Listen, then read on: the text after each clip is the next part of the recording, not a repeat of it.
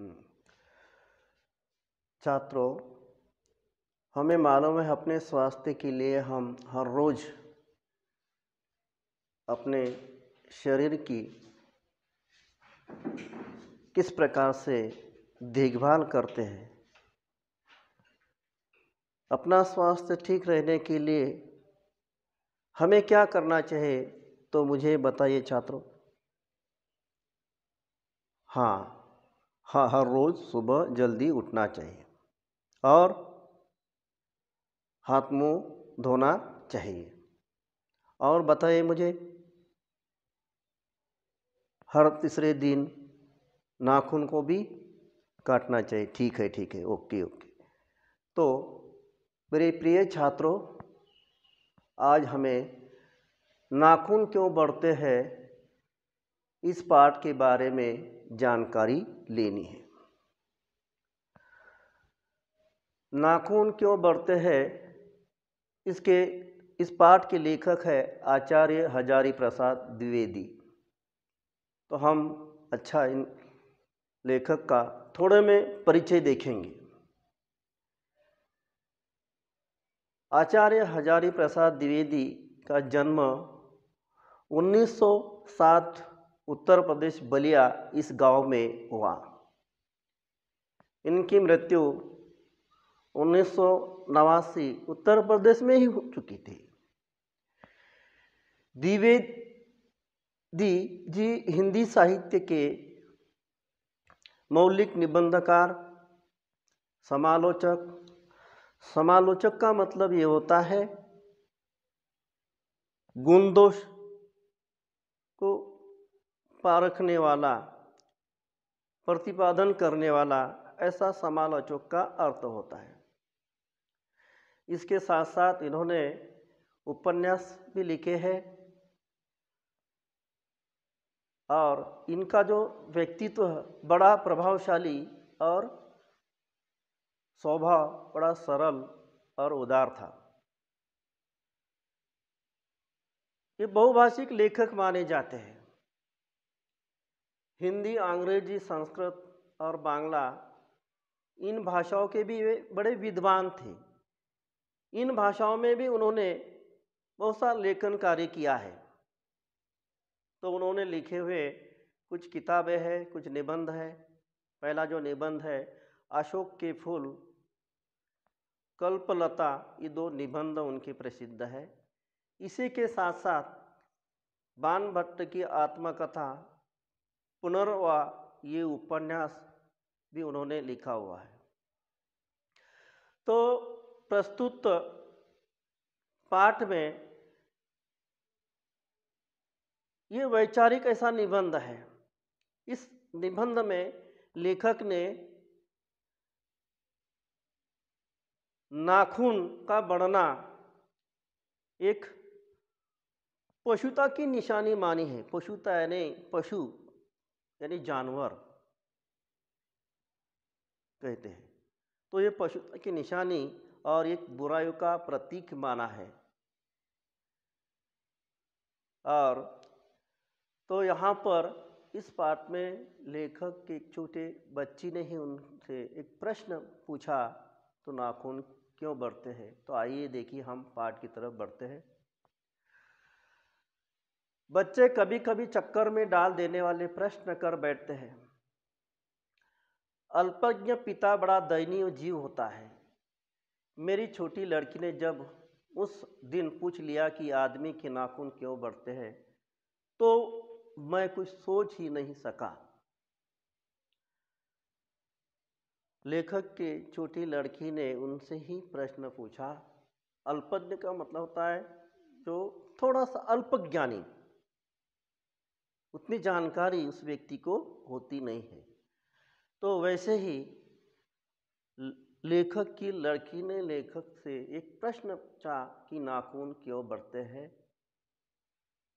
वे सोच विचार में गिर पड़े, सोचने लगे इसका जवाब है इसे कैसे दूं। हर तीसरे दिन नाखून बढ़ जाते हैं, काट दीजिए, वे चुपचाप दंड स्वीकार कर लेंगे। पर निर्लज्ज अपराधी की भांति छूटते ही फिर जैसे कि तैसे हो जाते हैं। आखिर ये इतने बेहया क्यों हैं?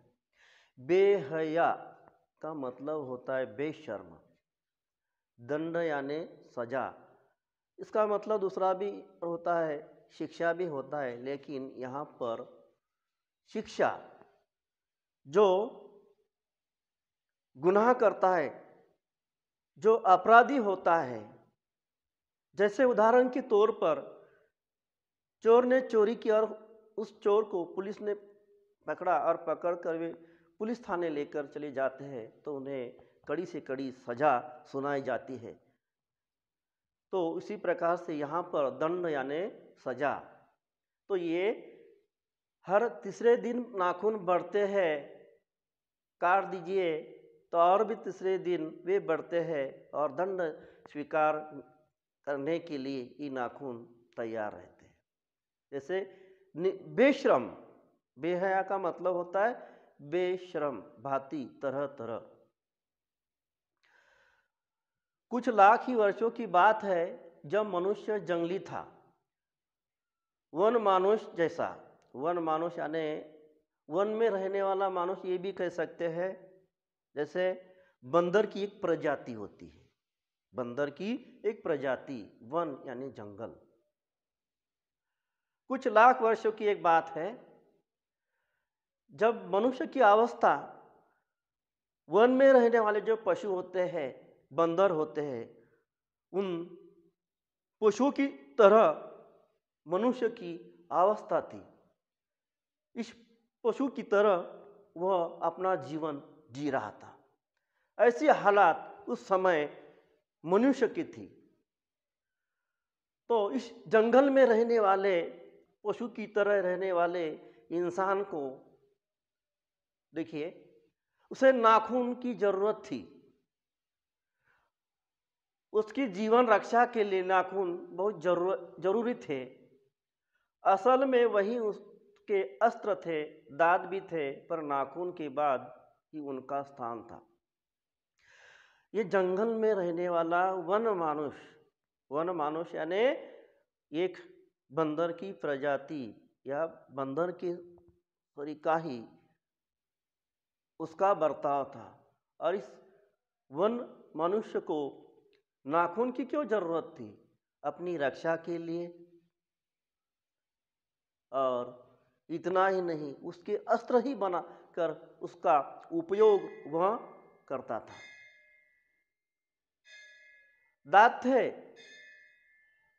पर नाखून के बाद उन दांतों का उपयोग वे वन मानुष किया करते थे। और धीरे धीरे वह अपने अंग से बाहर वस्तु का सहारा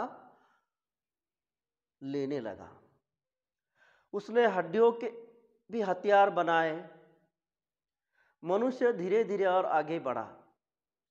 उसने धातु के हथियार बनाए, इतिहास आगे बढ़ा। कभी कभी मैं हैरान होकर सोचता हूँ कि मनुष्य आज अपने बच्चों को नाखून न काटने पर डांटता है। ये मनुष्य, वन मनुष्य, जिस प्रकार से उसने नाखून का भी उपयोग किया, उसके बाद हड्डियों का भी उपयोग किया, अपने अस्त्र बनाए हड्डियों के वन मनुष्य ने। और जिस प्रकार से धीरे धीरे दिन ब दिन ये इतिहास आगे आगे बढ़ता रहा, उसी प्रकार से मनुष्य में परिवर्तन भी धीरे से आने लगा। तो लेखक कहते हैं कि कभी कभी कि मैं हैरान में गिर जाता हूँ। तो मनुष्य अपने बच्चों को जो डांटता है नाखून बढ़ने के लिए, यानी डांटता है नाखून न काटने पर, वे रोज बढ़ते हैं। मुझे ऐसा लगता है कि मनुष्य अब नाखून को नहीं चाहता है। ये उसकी भयंकर पाशवी वृत्ति की जीवंत प्रतीक है। पाशवी यानी पशुवत वृत्ति।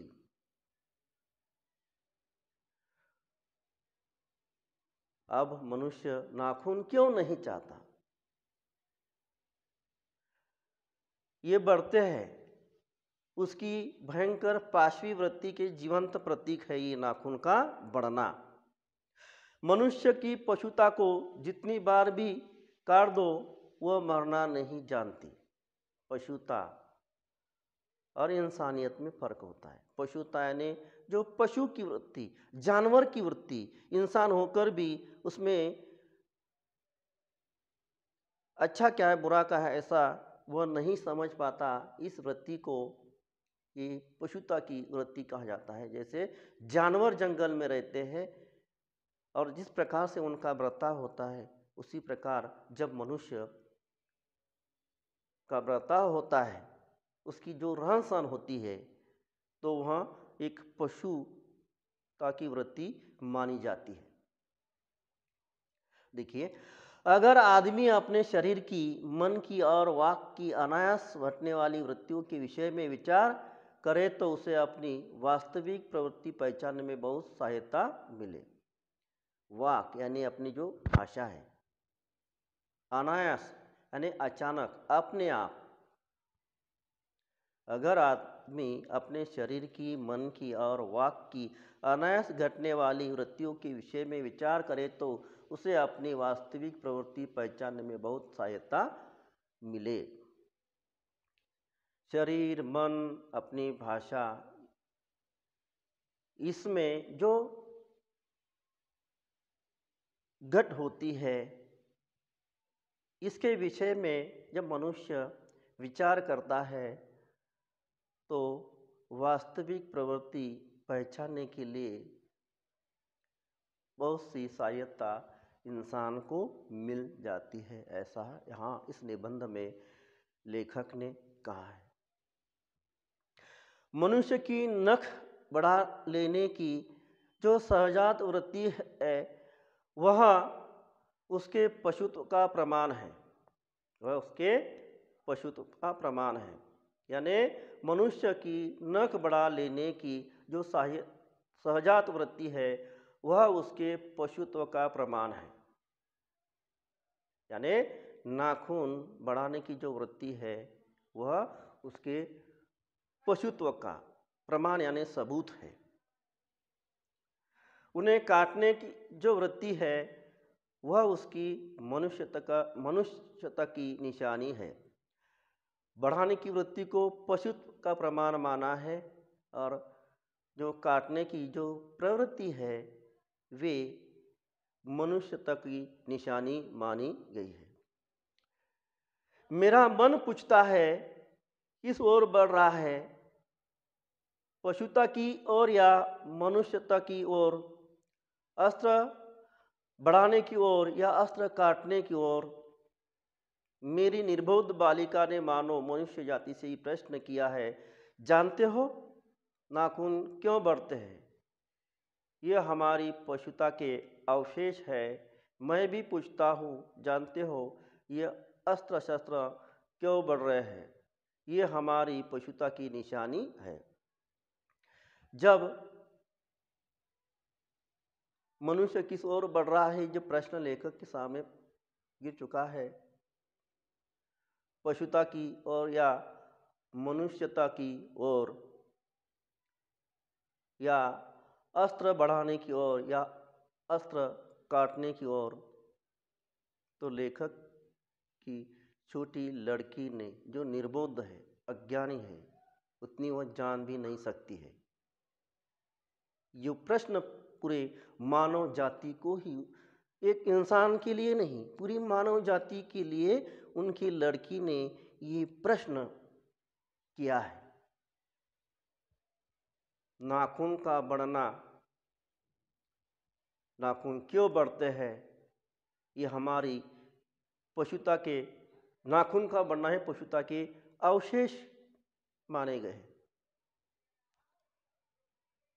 और मैं भी पूछता हूँ, जानते हो ये अस्त्र शस्त्र क्यों बढ़ रहे हैं? यही प्रश्न, ये हमारी क्या है? अस्त्र शस्त्र का बढ़ना यानी इसे पशुता की निशानी मानी गई है लेखक।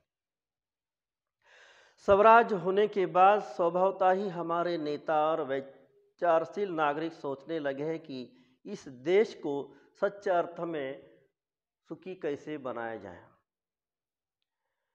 जैसे जैसे तरक्की की उन्नति हो चुकी है उसी उसी प्रकार से स्वराज यानी जो लोकतंत्र, इस लोकतंत्र में नेता लोग को चुनकर दिया जाता है। जैसे उदाहरण के तौर पर संसद अपने देश की सबसे बड़ी संसद है, इसमें हम नेताओं को चुनकर वहाँ भेजते हैं अपना प्रतिनिधित्व करने के लिए। और ये स्वराज होने के बाद हमारे देश में नेता लोग आ गए, विचारशील नागरिक सोचने लगे कि इस देश को सच्चे अर्थ में सुखी कैसे बनाया जाए।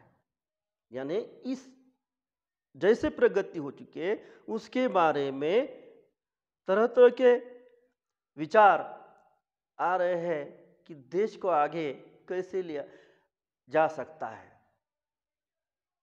हमारी परंपरा महिमामयी और संस्कार उज्जवल है, क्योंकि अपने आप पर अपने आप द्वारा लगाया हुआ बंधन हमारी संस्कृति की बहुत बड़ी विशेषता है। तो हमारे भारत देश में विविध जातियों की, विविध धर्मों की, विविध पंथों की लोग रहते हैं। हमारी संस्कृति है, ऐसी महान संस्कृति है। इस संस्कृति महिमा यानी जो बड़प्पन, हमारे संस्कार उज्जवल है, क्योंकि यही संस्कार अपने आप पर अपने द्वारा लगाए हुआ बंधन हमारी संस्कृति बहुत बड़ी विशेषता, बहुत बड़ी खासियत मानी जाती है। हम पर जो बंधन लादे गए हैं यही हमारे संस्कृति की बहुत बड़ी खासियत है, विशेषता है। ऐसे लेखक ने इस नाखून क्यों बढ़ते हैं, इस वैचारिक निबंध में ये पूरी जानकारी बड़े रोचक ढंग से यहाँ पर बताई गई है। तो देखिए आगे, मनुष्य पशु से किस बात में भिन्न है? उसमें संयम है, दूसरे के सुख दुख के प्रति समवेदना है, श्रद्धा है, तप है, त्याग है। तो मनुष्य और पशु यानी जानवर, इसमें क्या फर्क है, क्या अंतर है, किस बात में इसमें तफावत है, ये भिन्न है? तो यहाँ पर देखिए, इंसान में, आदमी में संयम एक गुण होता है और दूसरों के सुख दुख में वह शामिल हो सकता है। दूसरों का सुख और दुख वह जानता है, उसमें श्रद्धा है, तप है, त्याग की वृत्ति है। ये फर्क इंसान और पशु में है। इसीलिए मनुष्य झगड़े टंटे को अपना आदर्श नहीं मानता। गुस्से में आकर चढ़ दौड़ने वाले अविवेकी को बुरा समझता है। अविवेक यानी अच्छे विचार, अविवेकी यानी बुरे विचारों को अविवेक कहा जाता है, अच्छे विचारों को विवेकी कहा जाता है, यानी विवेकशील अच्छे विचार। तो मनुष्य में और पशु में ये फर्क है, वह अच्छे बुरे विचारों को जानता है, उसे समझता है। जल्दबाजी में वह दौड़कर किसी क्रोध में आकर किसी को मारने के लिए वह नहीं जाता। इन बातों को वो बुरा समझता है, क्योंकि उसमें संयम है, ज्ञानी है। पशु से यानी ज्ञानी है, विवेकी है, इन विचारों को जानता, इसीलिए वह इन गुस्से में आकर किसी को मारने के लिए दौड़ना वो बुरा समझता है। वचन, मन एवं शरीर से किए गए असत्याचरण को गलत मानता है। यानी जो मैं बोल रहा हूँ ये वाणी है, मेरी भाषा है, मेरे मुंह से जैसे जो आत्मा है, आत्मा यानी मन, जो वचन, और जो शरीर है, ये जो मेरा शरीर है, मन है, इनके द्वारा जो असत्याचरण किया गया है, बुरे काम किए गए हैं, तो इन बातों को भी मनुष्य गलत मानता है। ऐसा कोई दिन आ सकता है जब मनुष्य के नाखून का बढ़ना बंद हो जाएगा। प्राणी शास्त्रियों का ऐसा अनुमान है कि मनुष्य का अनावश्यक अंग उसी प्रकार झड़ जाएगा जिस प्रकार उसकी पूंछ झड़ गई। ये विज्ञान की बात है।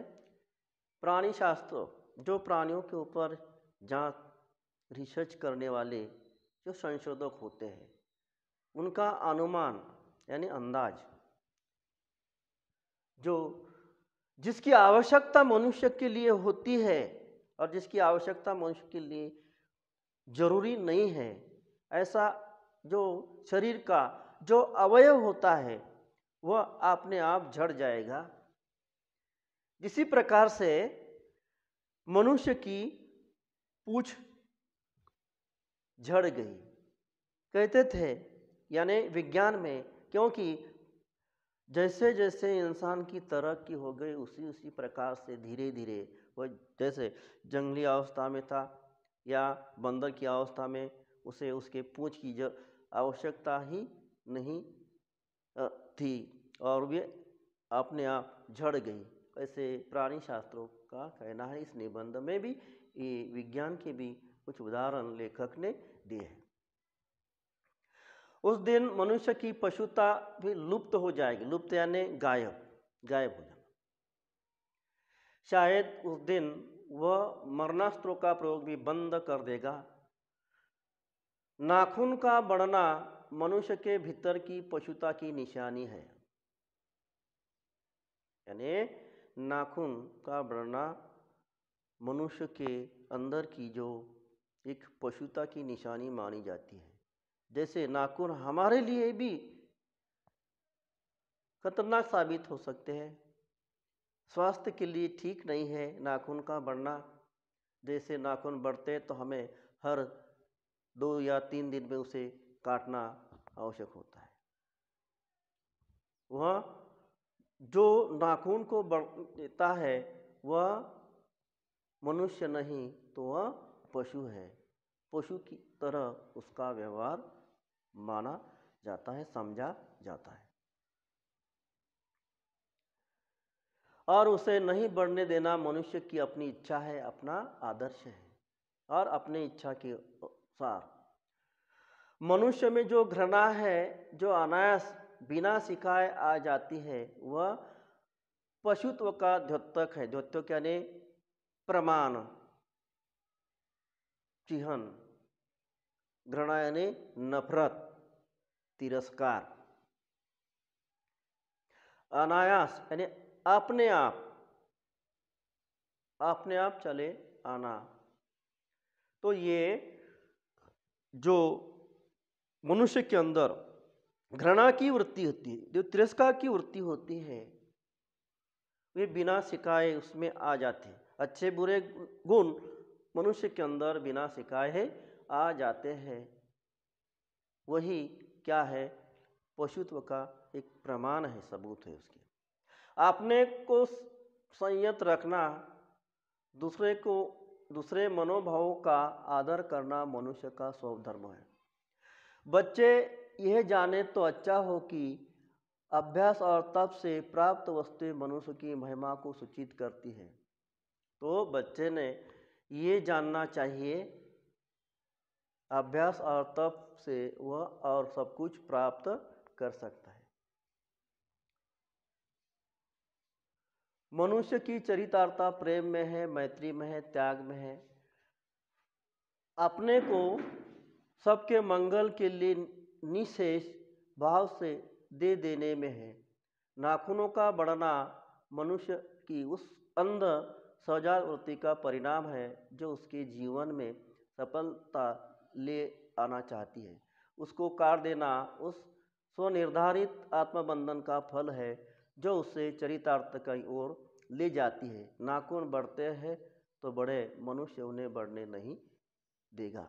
तो इस प्रकार से यहाँ पर वैचारिक निबंध में लेखक आचार्य हजारी प्रसाद जी ने बड़े ही रोचक ढंग से पूरी जानकारी नाखून के बारे में दी है और मनुष्य के जो व्रता है, उसके विचार है, इसके बारे में भी बताया। पशु और मनुष्य इनमें क्या फ़र्क होता है, इस वैचारिक निबंध में लेखक ने बड़े ही रोचक ढंग से। तो छात्रों, आज यहाँ पर ये पाठ समाप्त होता है। मैं यहाँ पर रुकता हूँ।